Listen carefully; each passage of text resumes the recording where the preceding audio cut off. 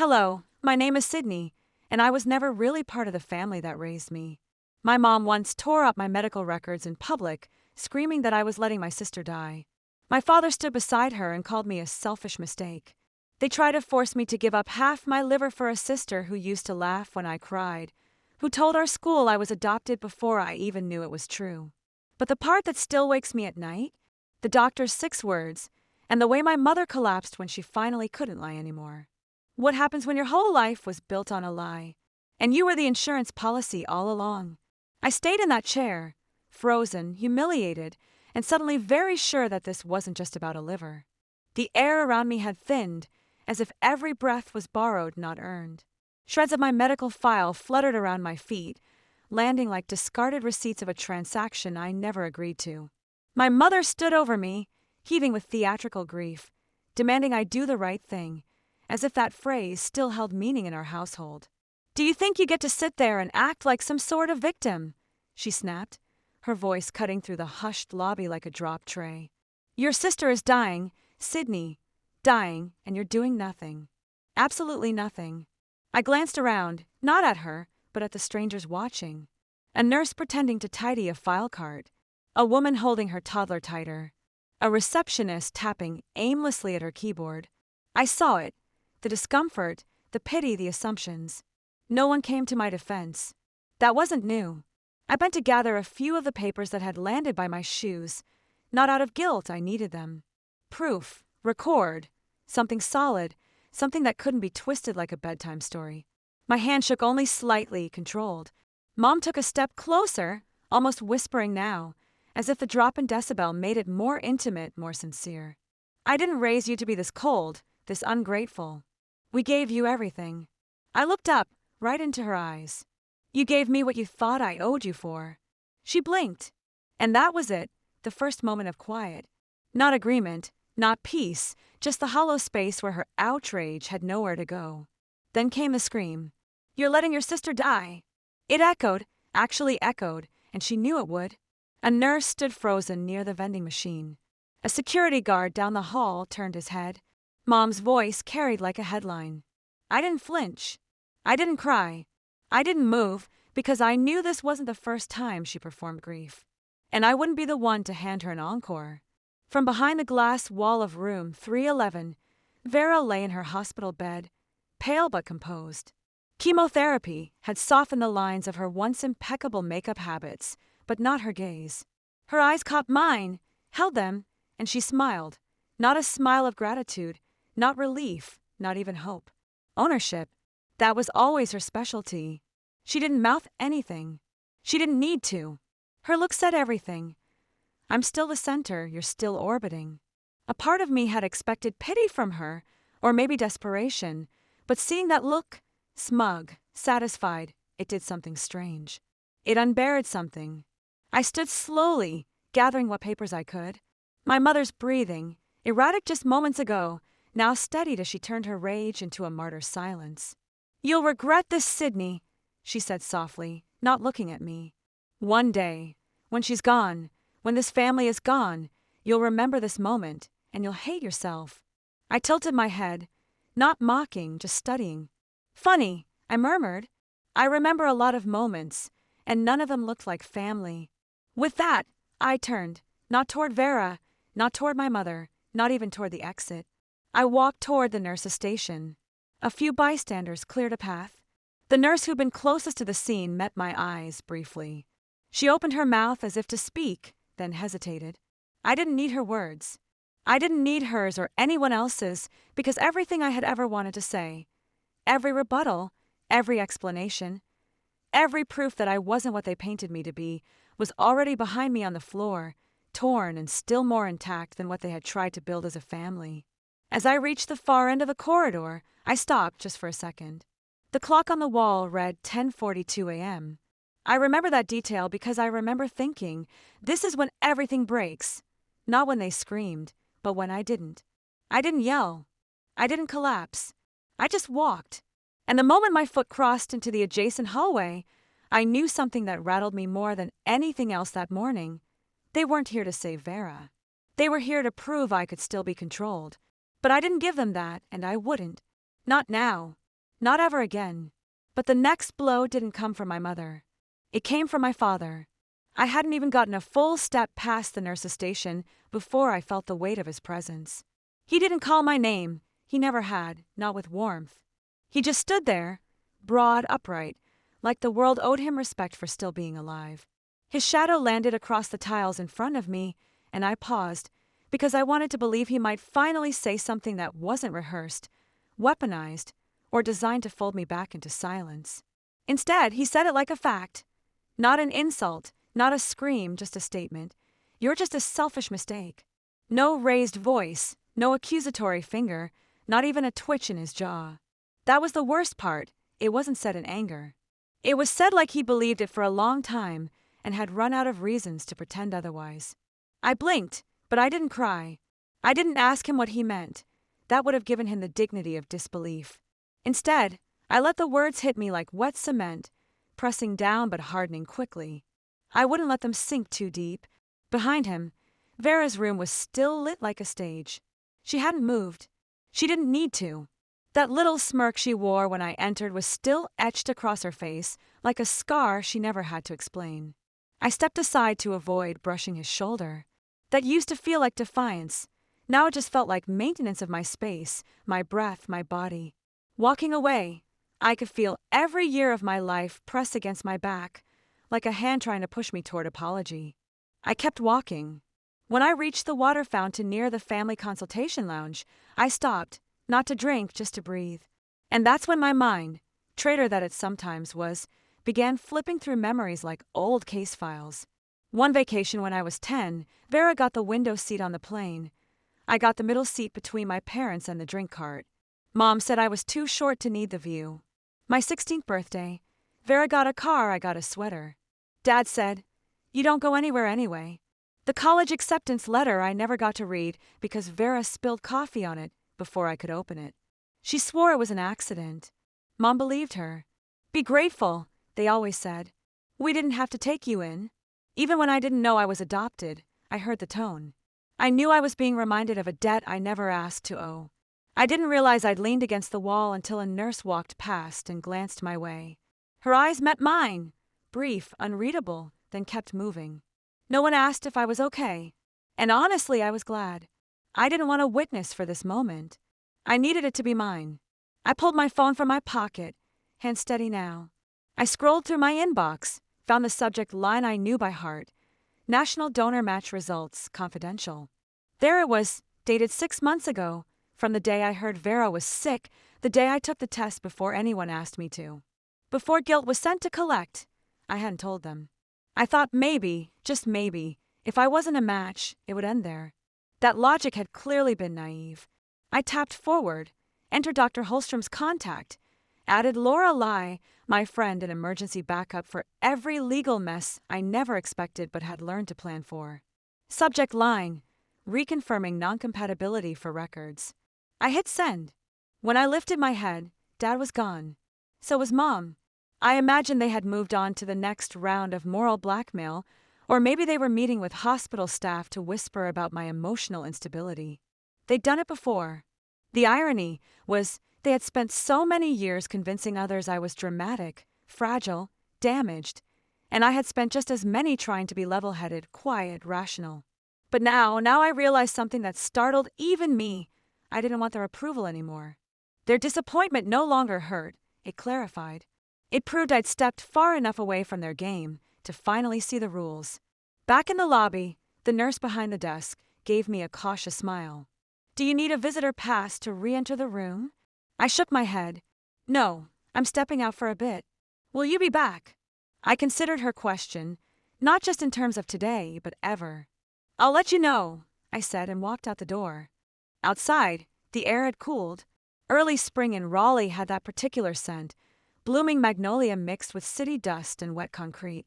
It grounded me in the real world, away from fluorescent lights and old family stories. As I reached the parking garage, I paused. My car wasn't there. I'd taken a rideshare this morning because I hadn't trusted myself to drive. I called another. 5 minutes out. Enough time to do one more thing. I opened the notes app on my phone and typed.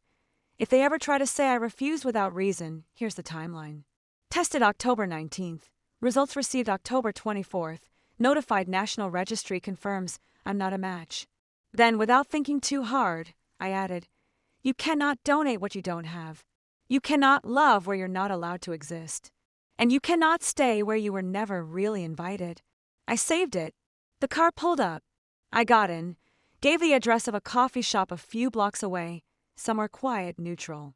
I needed a moment, not to escape, but to think. They wanted to turn me into a villain, but I wasn't going to play that role. I had my facts, my proof, and soon I'd have my voice. Not the one that whispered to stay small, but the one that had been slowly clearing its throat for years. They thought I was a mistake, but I was about to show them what a mistake looks like when it finally stops apologizing. A few minutes after I left the hospital's side entrance, I found a bench across the street near a quiet bus stop. I wasn't planning on going anywhere. I just needed somewhere to sit without being watched, without voices echoing inside my chest. I pulled my coat tighter, not because I was cold, but because I needed to feel something wrapped around me that didn't want to take anything from me. That's when my phone buzzed. I assumed it was Lorelai checking in, maybe even a work message, but it wasn't either. Subject line, saw the news. Thought you might need this. It was from Olivia Reyes. I hadn't seen or heard from her in nearly 13 years. She moved away the summer before senior year. She was the only person who ever saw what really happened behind our doors and chose not to look away. There was no greeting, just a short message. I've kept this. Didn't know if it mattered anymore, but I saw your name. I knew it would. Attached were 3 scanned images. The first was a lined notebook page with Olivia's handwriting at the top, Sydney after the stairs. Underneath, a short description of what she'd witnessed that day, the scream, the thud, the way Vera smiled as she called for Mom. The second image stopped my breath. It was a Polaroid, faded, grainy, but undeniable, the outline of a bruise across my ribs, the date written in ink on the bottom, May 16th, 2009. The third was a folded note, my handwriting. I had forgotten it existed. If anything happens again and I'm not at school, can you tell Miss Braxton, please? I don't think I can tell her myself. I stared at the screen until my eyes blurred. I wasn't crying, it was just the weight of being seen, all at once. After decades of being erased, not imagined, not exaggerated, not made up for attention. It happened. It was real. I scrolled up and reread the email. Just 3 lines. Olivia never liked drama. She only ever said what needed saying.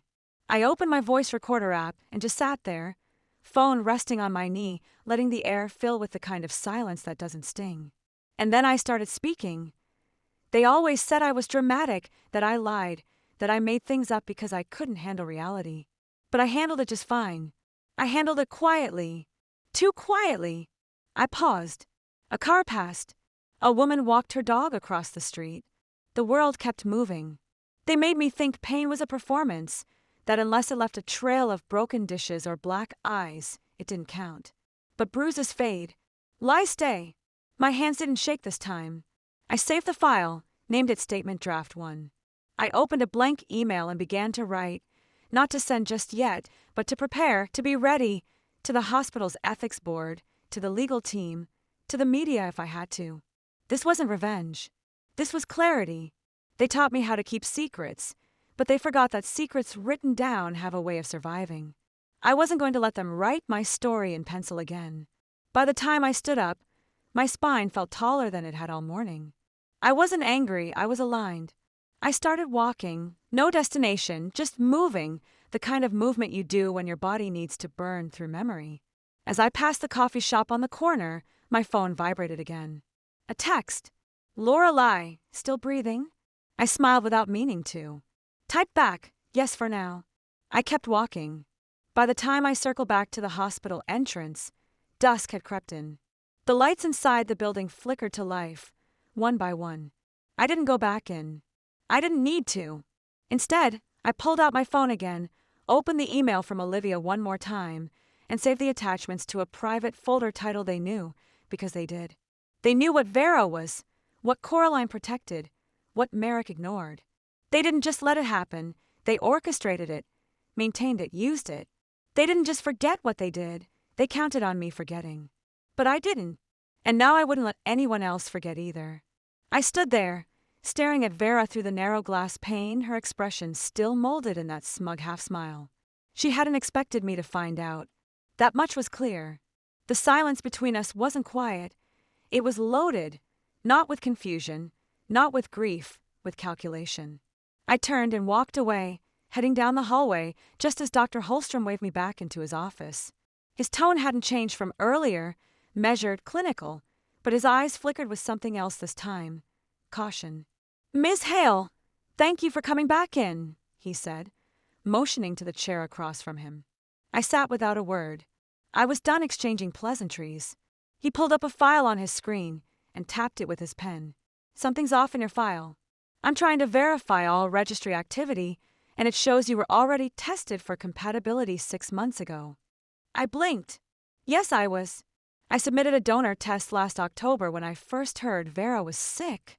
He tilted his head. "The issue is, your mother marked on intake that you hadn't, that this was your first evaluation." My stomach clenched, but my voice stayed steady.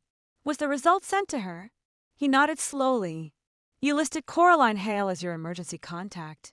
The National Donor Registry confirmed they emailed the results to her, along with a standard letter indicating you were not a match."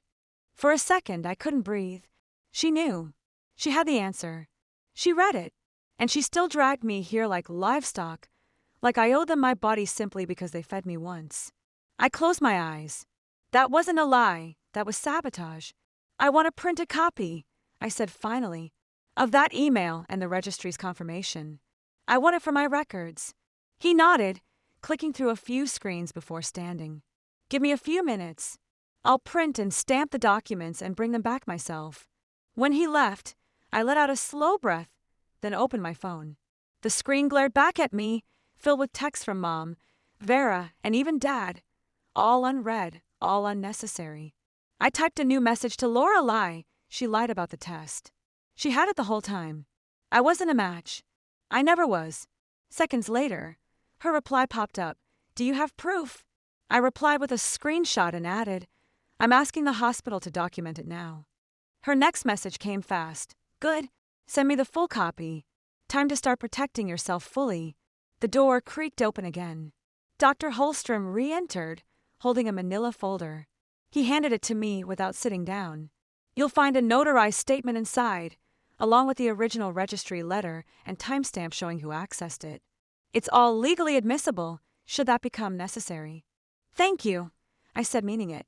He hesitated, then added, "I understand this is a personal matter, but from a medical ethics standpoint, withholding that information wasn't just inappropriate, it was dangerous." I didn't nod, didn't speak. I just stood and left. I passed by Vera's room again, and this time I didn't glance through the window. I stopped right in the doorway. She looked up from her phone, still in bed, for lines trailing from her arm. Her smile was smaller now, more measured. "You know I'm not a match," I said, my voice soft but anchored. Her mouth twitched, but no words followed. "You always knew," I added. "Did you think I'd keep bending forever?" Still nothing, just a blink, one slow, stunned blink. I stepped away before she could respond, walking with more resolve than I had since the circus began. At the elevator bank, I pressed the button and waited. I stared at the soft glow of the downlight, as if it held secrets I hadn't yet uncovered. When the doors opened, I stepped in alone. I wasn't ready to leave the hospital entirely, not yet. I headed down to the small atrium cafe tucked behind the pharmacy. It was nearly empty, save for a young couple bickering quietly at a table and a nurse sipping tea by the window. I ordered a coffee I didn't need and sat near the far corner, opening the folder once again. Page after page, stamped, signed, everything I needed. I started drafting an official statement, not just to the hospital but for the legal record. I, Sydney Hale, was previously tested. If they wanted war, they should have picked someone who didn't already survive one. By the time I stepped out of the elevator and walked back toward the main lobby, the hospital felt strangely alive, buzzing with the kind of curated urgency that only appears when cameras are involved. I knew something was happening before I saw it. The hush in the air wasn't about illness, it was about image. Through the glass partition, separating the main hallway from the media room, I saw the podium. A small banner hung behind it. Community Gratitude Ceremony WakeMed Medical Center. Coraline stood tall behind the microphone, clad in her usual navy blue blazer. Merrick was next to her, posture stiff, chin high. A live video feed of Vera played on a monitor beside them. She was reclined in her hospital bed, an oxygen line under her nose, smiling faintly. I hadn't been told this was happening. No one mentioned a press conference. And yet, there they were, our family's picture-perfect trio. I moved closer, just outside the line of sight, and listened. "We are deeply grateful for the anonymous donor," Coraline said, her voice composed, every syllable soaked in performance. "Because of their generosity and the support of this incredible medical staff, our daughter Vera is alive today." Anonymous. My stomach clenched. This experience has reminded us of the strength of community, of compassion, and the power of love within families. No mention of me, not even a sideways acknowledgement. They had rewritten the story again. Merrick stepped forward. It's easy to point fingers during hardship, but true character shows in silence. We want to focus on healing now, not division. I watched myself disappear in real time. Not a name, not a breath. The photos on the easel showed Vera smiling with Merrick at her side, Coraline holding her hand during a treatment, hospital staff posed in the background. No Sydney. They were burying me in front of a crowd and doing it with applause. I turned, walked briskly toward the west hallway, and waited near the side exit. When the cameras shut off and the room began to clear, I saw Coraline step out first, holding her phone, waving to someone off-screen. I didn't wait. I approached her directly, my voice low but unmistakable. "You knew I was in the building." She didn't even flinch. "You forfeited the right to be part of this family." The cruelty wasn't even veiled anymore. I pulled out my phone and opened my message thread with Lorelei, preparing to send her the link to the live stream recording I'd just captured. Coraline's eyes darted to the screen. "What are you doing?" "Sending evidence," I said plainly. "Because you just erased me on camera." Her hand moved before I expected it. She reached forward and smacked the phone from my hand hard. It hit the floor with a loud crack. People turned. A nurse gasped. One of the volunteer staff standing nearby took a step forward. Coraline stared down at the shattered phone screen, chest heaving slightly, her voice quivering, but not with fear or rage.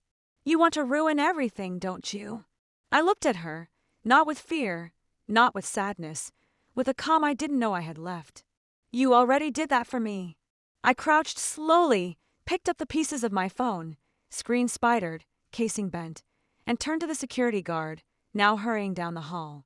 He stopped beside me. "Ma'am, are you all right?" I nodded once, then held up what remained of the phone. "Please log this as evidence. I'll be filing a restraining order today." Coraline's face paled, just slightly, not because of guilt, because the performance was over. The audience wasn't clapping anymore. The security guard looked between us. "Do you want me to escort you to the administration desk?" "No," I said. "I'll handle it." I walked past Coraline, my broken phone cradled in my hand like something sacred, something final. The hallway had never felt longer. When I stepped outside into the sunlight, I didn't rush. I sat on the bench near the main entrance, pulled out the hospital-issued visitor tablet from my tote bag, and logged into my backup email. Lorelei had already sent me the clip from the press conference. She'd edited it, labeled the file. Sydney erased, WakeMed press event. I typed, "They erased my name, but I'm about to engrave the truth in stone." I hit send. The conference had ended, but I hadn't. Not yet. I walked straight from that bench outside the hospital toward the main building, not even glancing at the volunteers, still rearranging chairs from the press event. The air buzzed with aftermath, polite handshakes, small talk, someone laughing too loud because they didn't know what else to say. I kept walking through the automatic doors, past the security checkpoint, and into the elevator without slowing my pace. I pressed the button for the administrative floor and waited. When the doors opened, Dr. Holstrom was standing at the end of a corridor, holding a folder. His expression was unreadable, but his eyes held something heavier than confusion, something like regret. "Thanks for coming up," he said. "I didn't want this buried in another inbox." He led me to a private consultation room. No windows, just a table, 2 chairs, and a subtle hum from the overhead light. He sat first, opened the folder. There's a genetic marker conflict, he began, folding his hands on the table. We reran everything to be sure. Twice. I didn't speak. I already knew what was coming. You are not biologically related, he said. At all. 6 words. That was all. And yet, the room tilted slightly under me. I laughed, not from humor, from the way something in me cracked so wide that air got in. That explains everything, I said, barely above a whisper. He nodded slowly, as if offering space for whatever came next. But I didn't cry, didn't gasp. I just sat there, letting the weight of it settle like dust on an old box finally opened. Thank you, I said. I'll need all the official documents. Everything, print and digital. You'll have them, he replied. Do you want to talk to someone? No, I said. I'm going to talk to everyone. It was already in motion. I left the room, the folder tucked under my arm, and made my way to the main floor. By the time I reached the media corridor, my heart wasn't racing anymore. It was locked into rhythm, like it knew this was the moment I'd been walking toward for years. Security at the side door shifted when I approached. One of them raised a hand, hesitating. I'm here to speak, I said. It won't take long. He looked at the badge, still clipped to my blouse, and stepped aside. Just beyond the door, I saw Lorelei waiting. She didn't smile, just gave a single, knowing nod. You sure? She asked. More than I've ever been. The room was still lit, the press still packing equipment, but the mics were live. A few cameras hadn't shut off yet. I walked to the podium. No one stopped me. I placed the folder down, opened it. I won't take your time, I began. Just your attention. Every movement in the room paused. My name is Sydney Hale. You didn't hear that name during the ceremony today, but it matters. I held up the first paper. This is the test result from the National Donor Registry, dated October. It says I am not a match to Vera Hale. I lifted another. This is the forged consent form submitted in my name without my knowledge. And another. This is a message admitting that Vera knew I wasn't a match, that she hid the result, and that my mother, Coraline Hale, deliberately withheld it from the hospital. Flashes went off, phones lifted. I was adopted. I was never told. And I was brought here under the assumption that I could save someone who spent her entire life watching me bleed and calling it drama. A ripple of noise moved through the crowd. They tried to use my body to fix a lie. They erased me from their story, thinking no one would notice. I took one last breath. I don't want revenge. I want no more silence. I stepped away from the podium. Behind me, Coraline fainted in her seat. The thud was audible, even over the whispers. Merrick tried to stand, to speak, but the murmurs drowned him out. Someone from the hospital staff rushed to Coraline's side. Vera's video feed, still playing on the back screen, froze, then went black.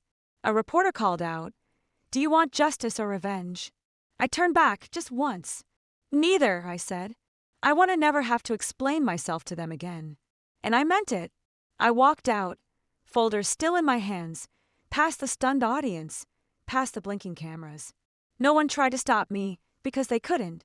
It was a quiet Thursday morning when I finally stepped back into my apartment. No cameras, no doctors, no voice raised in guilt, just stillness. 1 week had passed since the press conference. The internet had already grabbed it, twisted it, and recycled it into headlines. Adopted daughter exposes forged consent in organ donation scandal. Family secrets unraveled on camera.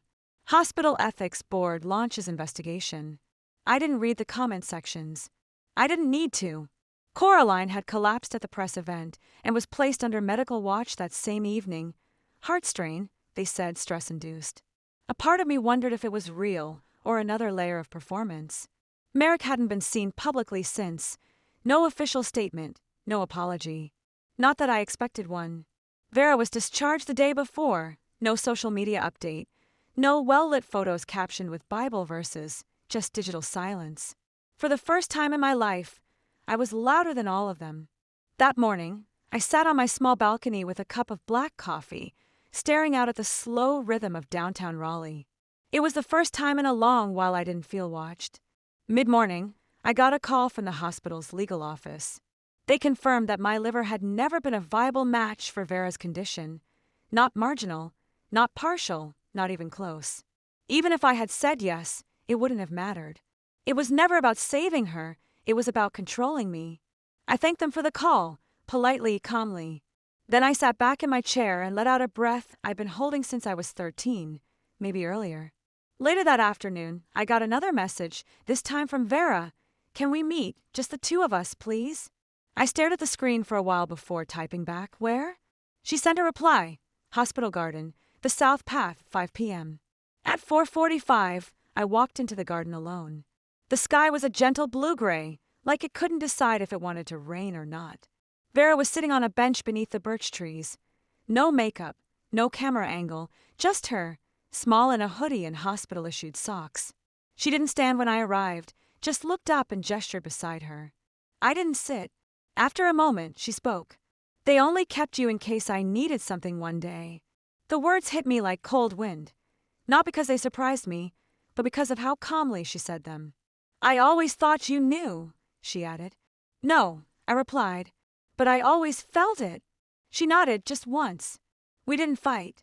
There was nothing left to wrestle for. "I'm not asking for forgiveness," she said quietly. "Good," I answered, "because I'm not offering it." Another pause. Wind brushed through the leaves, making them chatter. "But I hope you find something better than this," I added. "Because what they did to both of us, it doesn't deserve to follow us forever." She didn't cry. I didn't expect her to. I walked away without saying goodbye. Some endings don't need a curtain.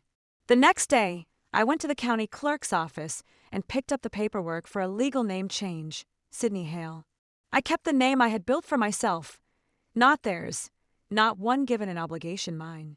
Downtown Raleigh looked different walking through it that afternoon. The buildings were the same, the people the same, but I was not.